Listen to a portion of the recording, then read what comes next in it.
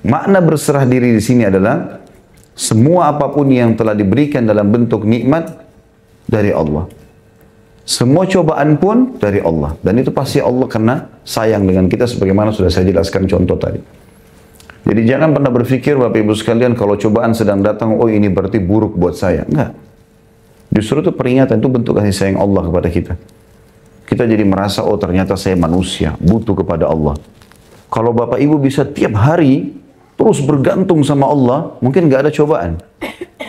Kalau tiap hari, selalu kita bangun tidur sudah langsung berzikir, langsung bertaubat, langsung baca Quran, langsung ibadahnya semua, mungkin nggak ada cobaan. Masalahnya kan kita banyak lalai. Nah, cobaan kalau datang membuat kita sadar lagi. Kalau kita ikhtiarnya selain kepada taubat, selain kepada doa, nggak akan dapat solusi. Masalah itu terus bergantung. Tapi kalau kita kembalikan kepada Allah, kita akan temukan ada jalan keluarnya. Itu makna aslamtu, aku menyerahkan diri. Sebagian ulama memberikan, maksudnya dia menyerahkan diri, menganggap semua ini kebaikan bagi dia. Itu makna aslamtu. Makna yang lain kata ulama, aslamtu adalah berserah diri kepada hal-hal yang dasarnya Allah Subhanahu wa taala bebankan kepada dia.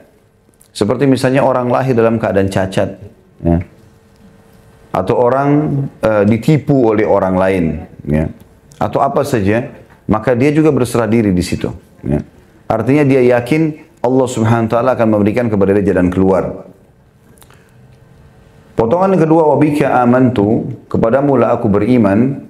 Dan kita sudah tahu iman adalah asas agama kita, karena ada 6 rukun iman. Iman kepada Allah, kepada malaikat, kitab-kitab, rasul-rasul, hari kiamat, dan juga takdir baik dan takdir buruk. Ya.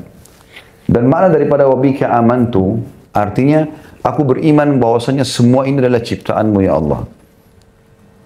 Dan sangat berhubungan dengan kalimat aslam itu tadi.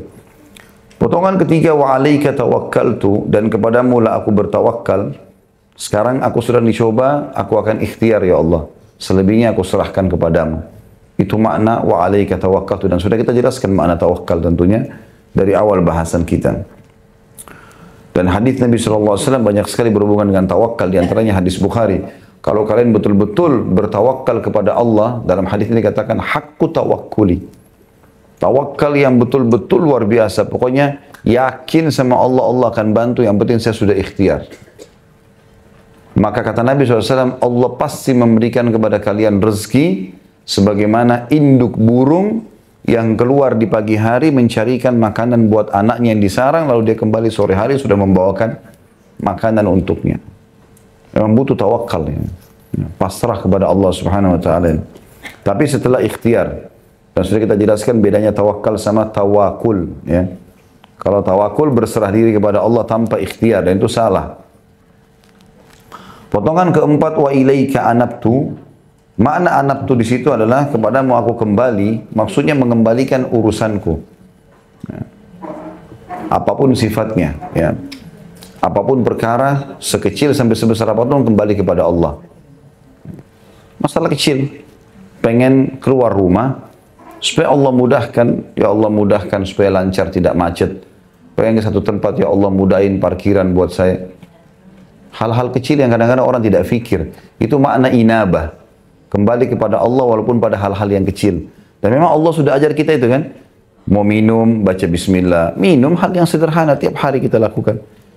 Selesai, baca alhamdulillah. Mau tidur, mau masuk kamar mandi, keluar kamar mandi. Memang semuanya disuruh kita inabah kepada Allah. Harus bergantung kepada Allah SWT. Ya.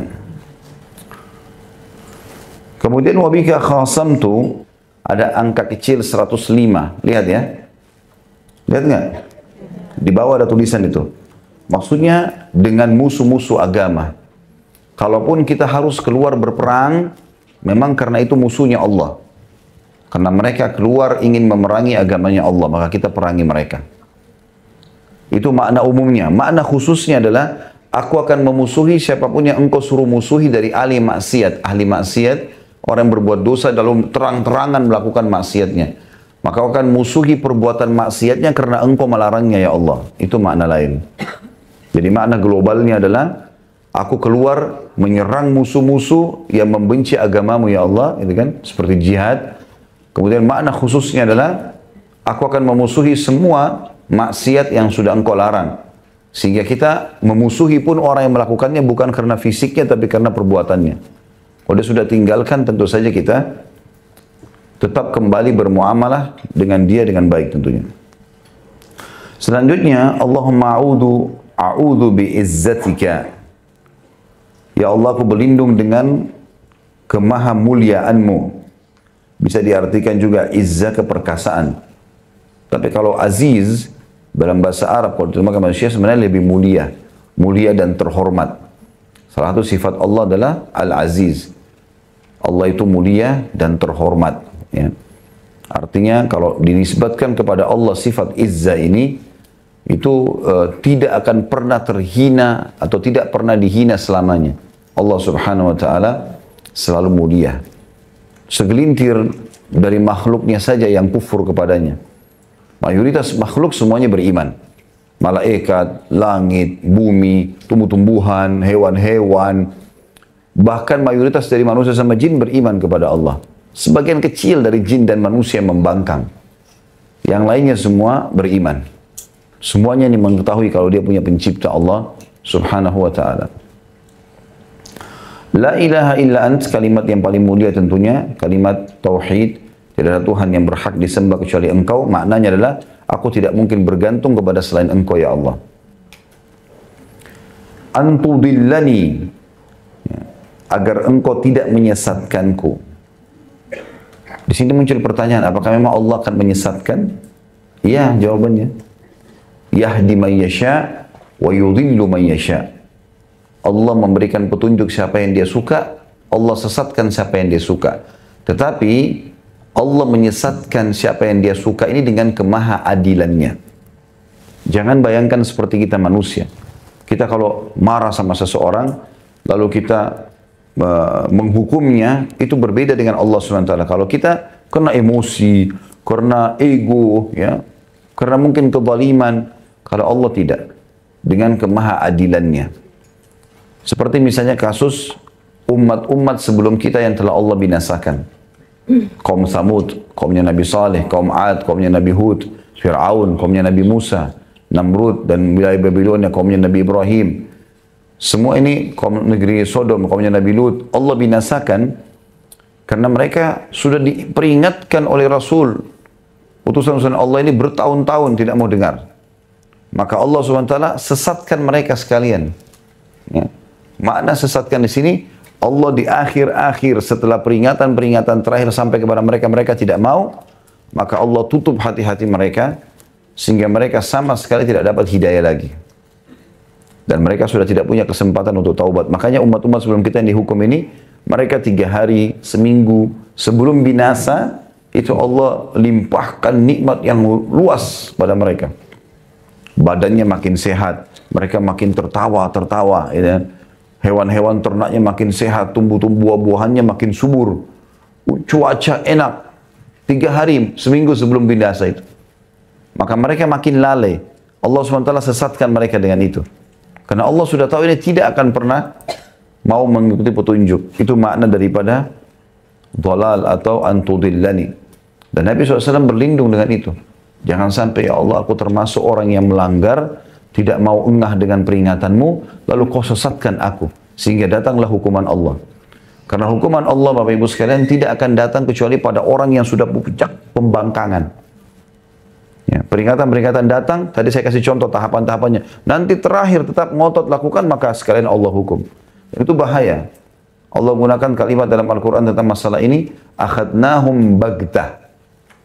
Kalau mereka tetap lalai dan sudah sampai pada puncak peringatan tidak mau tahu, maka kami akan menghukum mereka sekonyong-konyong, tiba-tiba. Dan mereka tidak sangka. Antal hayyul ladzi la tamut wal ins wal jin wal ins yamutun. Karena engkau adalah zat yang maha hidup dan tidak akan pernah mati. Oleh karena itu aku memohon kepadamu, sementara jin dan manusia semuanya mati. Ini sifat Allah yang mulia namanya Al-Hayy. Al-Hayy yang maha hidup. Biasanya di dalam doa-doa Nabi SAW yang lain digabung antara Al-Hayyul Qayyum. Seperti dalam ayat kursi misalnya, ya, Allahu la ilaha illa wal hayyul qayyum. Allah yang tidak ada Tuhan yang berhak disembah Tuhan selain Dia yang maha hidup dan maha berdiri sendiri. Atau makna lain qayyum adalah selalu mengurus makhluknya. Hayy ini adalah sifat mulia dari Allah SWT. Dan ada satu hadis yang mulia tentang masalah istighfar. Istighfar ini bisa mendapatkan keutamaan sampai membersihkan semua dosa. Justru kan ada sifat hayy-nya Allah di situ. Yang bunyinya astaghfirullahil azim alladzi la ilaha illa huwal hayyul qayyum wa atubu ilaih. Kata Nabi SAW, siapa yang baca istighfar ini akan diampuni dosanya walaupun sebanyak buih di lautan. Penyebabnya adalah karena ada sifat al-hayyul qayyum di situ. Ada asma'ul husna, nama-nama Allah yang mulia di situ. Dan ini juga menekankan selain nama-nama Allah yang mulia al-hayyul qayyum, juga menekankan kalau semua jin dan manusia, siapapun dia pasti akan mati. Dari Ibnu Abbas juga radhiyallahu anhuma, beliau berkata, hasbunallahu wa ni'mal wakil. Qalaha Ibrahimu alaihi salam hina ulkiya finnar. Wa qalaha Muhammadun sallallahu alaihi wasallam hina qalu innan nasa qad jama'u lakum fakhshawhum fazadahum imanan wa qalu hasbunallahu wa ni'mal wakil. Kalimat hasbunallah wa ni'mal wakil, kata Ibnu Abbas radhiyallahu anhuma, cukuplah Allah menjadi penolong kami dan Allah sebaik-baik pelindung, diucapkan oleh Nabi Ibrahim alaihissalam ketika beliau dilemparkan ke dalam kobaran api sehingga Allah selamatkan. Dan diucapkan oleh Nabi Muhammad SAW ketika mereka, para musuh-musuh, mengatakan dalam menakut-nakuti, sungguhnya orang-orang telah bersatu untuk melawan kalian, maka takutlah kepada mereka. Ucapan itu justru menambah iman mereka dan mereka berkata, cukuplah Allah menjadi penolong kami dan Allah adalah sebaik-baik pelindung. Dalam surah Al-Imran ayat 173, dan ini diriwayatkan oleh Imam Bukhari. Dan ada riwayat lain masih di nomor yang sama, kita baca dulu semua riwayatnya, nomor 77 ini. Dari juga riwayat Bukhari, Ibnu Abbas juga meriwayatkan, beliau berkata, kana akhiru qawli Ibrahim alaihi salam hina ulkiya finnar hasbunallah wa ni'mal wakil. Akhir kata-kata Nabi Ibrahim AS saat dilemparkan ke dalam api ialah, cukuplah Allah menjadi penolong kami dan Allah adalah sebaik-baik pelindung. Surah Al-Imran 173. Kalimat ini kalimat penolong di saat seseorang muslim dalam keadaan genting, dalam keadaan sulit. Bahkan seseorang kalau bisa mengamalkan dalam setiap ucapannya ini, baik itu masalah kecil atau masalah besar, dia mengatakan hasbunallah wa ni'mal wakil. Kata para ulama, Allah pasti akan tutupi permasalahannya itu. Dan Ibnu Abbas radhiyallahu anhu menyebutkan di sini tentang masalah Ibrahim alaihissalam mengucapkan pada saat dilempar di api untuk menjelaskan, ketahuilah kalau Ibrahim alaihissalam selamat justru karena kalimat ini. Api berkobar, dilempar ke dalamnya dan selamat justru karena kalimat hasbunallah wa ni'mal wakil. Ada yang fitnah Bapak Ibu sekalian, hasbunallah wa ni'mal wakil. Ada yang ganggu, hasbunallah wa ni'mal wakil. Selalu kita ucapkan. Allah akan jadi pelindung bagi dia. Ya. Kita pasti akan ditolong dan kita akan dilindungi. Dan kasus Nabi Muhammad SAW disebutkan dalam hadis ini, dan Nabi Muhammad SAW ucapkan pada saat orang-orang berkata kepada beliau. Jadi ini ahli tafsir mengatakan ini terjadi pada saat kasus Hamrat Asad, peperangan Hamrat Asad.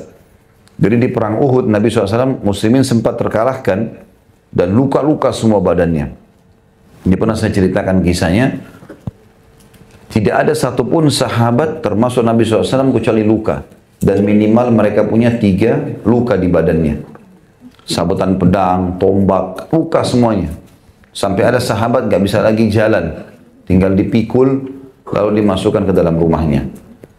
Itu terjadi di tahun 3 Hijriah di hari Sabtu. Pas sudah selesai perang terjadi habis duha. Kemudian selesai peperangan menjelang asar. Sudah sore, orang-orang musyrik sudah pulang. Nabi SAW pulang bersama muslimin. Jenazah-jenazah dikuburin syuhada Uhud, kemudian pulang ke Madinah. Waktu tiba di Madinah, tiba waktu sholat maghrib dan isya, Nabi SAW imami sholat sedikit sekali sahabat yang hadir. Karena mayoritasnya luka di perang. Yang ikut perang kan sekitar 700 orang ya, bersama Nabi SAW. Maka yang tinggal di masjid orang-orang tua, anak-anak gitu. Ada juga sahabat yang masih merasa kuat hadir bersama Nabi SAW. Rupanya Nabi pada saat itu menerima wahyu. Pas habis sholat subuh, menerima wahyu. Kalau perintah Allah seluruh yang ikut di Uhud kemarin, keluar kejar Quraisy. Dan tidak boleh orang baru. Harus mereka saja. Yang luka-luka itu. Gitu kan. Ini luar biasa nih kisahnya. Sampai-sampai kita bisa bayangkan kalau kena pisau dapur saja tangan kita. Ya, dan berdarah itu sudah sakit luar biasa. Atau mungkin kena apalah ya. Kakinya kena paku misalnya. Ini badan mereka, minimal diantara mereka itu kena 3 sabetan pedang. Atau tusukan tombak. Luka. Ada yang penuh 70 luka di badannya. Gitu kan. Tapi perintah Allah SWT suruh keluar mereka. Maka para utusan Nabi SAW keliling Madinah. Wahai yang hadir di Uhud kemarin. Dan bukan selain kalian. Tidak boleh orang baru. Bukan orang yang sehat. Yang sakit-sakit itu kemarin. Semuanya kalian diperintahkan oleh Allah. Wahyu telah turun kepada Nabi SAW untuk menyerang Quraisy. Uniknya pada saat itu. Semua sahabat yang tadinya luka-luka ini bangkit. Bangun. Ada yang jalan merangkak, ada yang dipikul sama temannya, ada yang dibantu oleh anak-anaknya dinaikkan di atas kuda. Pokoknya mereka jalan semua. Sampai ada 2 anak muda, seluruh kepalanya sampai kakinya luka. Adik kakak umur 16-15 tahun dua-duanya. Mereka tergeletak, ibunya lagi rawat. Lewat depan rumah mereka, utusan Nabi SAW. Hai yang sudah ikut di Uhud kemarin, muslimin. Rasulullah SAW menerima wahyu menyuruh kalian menyerang Quraisy. Dan Nabi SAW menunggu sekarang di pintu gerbang Madinah. Maka si kakak bilang sama adiknya, bagaimana bisa kita tetap di ranjang sini sementara utusan Rasulullah SAW sudah memanggil kita? Adiknya bilang, bagaimana caranya kita pergi? Bergerak dari ranjang aja nggak bisa. Kata kakaknya, saya seret kamu beberapa langkah, kamu seret saya beberapa langkah. Harus kita pergi. Lalu mereka saling seret-seret berdua dalam kondisi luka. Sampai orang yang lihat menyaksikan nangis semua pada saat itu. Kejadian luar biasa ya. Pasukan Nabi SAW berkumpul di pintu gerbang Madinah, semuanya luka. Dalam kondisi kesakitan. Ya, mereka masih ada yang ditampal dengan daun-daun badannya. Lalu Nabi SAW melihat mereka, lalu mengatakan, bergeraklah. Bergerak, jalan. Bukan pasukan baru ini. Rupanya, orang-orang munafik di Madinah mengirim informasi kepada Quraisy. Quraisy masih istirahat di satu tempat namanya Hamrat Asad. Lokasi. Ya, kalau Hamrat Asad ini terjemahnya sebenarnya singa merah ya. Itu makna itu nama sebuah gunung di sana. Yang gunung itu kelihatannya bentuknya mirip singa dan warnanya kemerah-merahan. Itu sebagian hadis sejarah mengatakan. Sebagian lagi mengatakan memang di situ diberikan nama saja Hamrat Asad. Ya. Maka orang-orang Quraisy bingung. Mereka lalu bertanya kepada orang-orang munafik yang datang bawa informasi. Yang Muhammad bawa ini pasukan baru atau pasukan kemarin? Kata mereka yang kemarin, dalam kondisi luka-luka. Gitu kan? Jadi bukan orang baru untuk berperang. Ternyata itu malah melemahkan Quraisy. Karena mereka mengatakan, bagaimana bisa orang yang luka-luka mau berperang? Berarti mereka betul-betul mau mati. Ini bahaya, bisa dendam. Daripada kita menghadapi mereka, lebih baik kita pulang ke Mekah bawa berita kemenangan.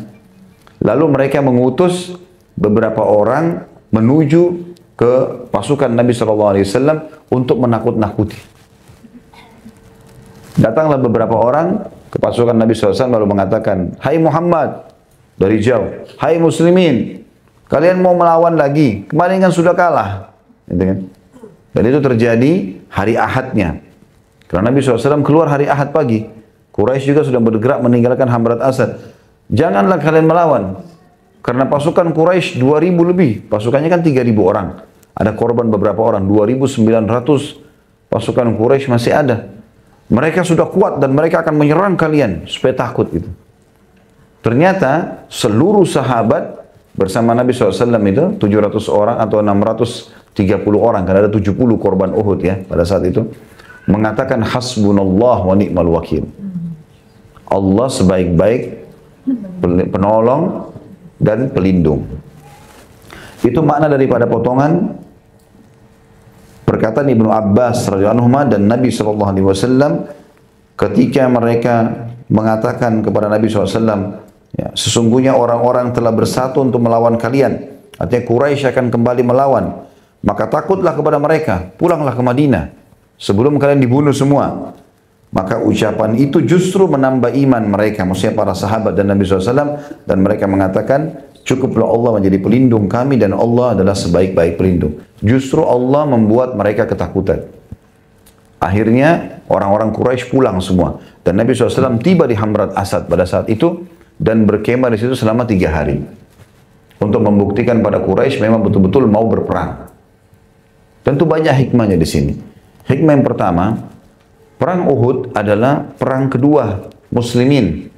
Artinya masih baru berperang. Sebelumnya Badar menang, sekarang Uhud kalah, gitu kan? Maka itu membuat syok secara kejiwaan. Supaya sahabat tidak syok berperang, tetap mau berperang, maka hikmah ilahi disuruhlah mereka keluar. Dan ternyata betul, dengan mereka keluar, Quraisy takut. Jadi tidak berpengaruh masalah luka-luka mereka itu, gitu kan? Akhirnya mereka pulang ke Madinah dalam kondisi puas.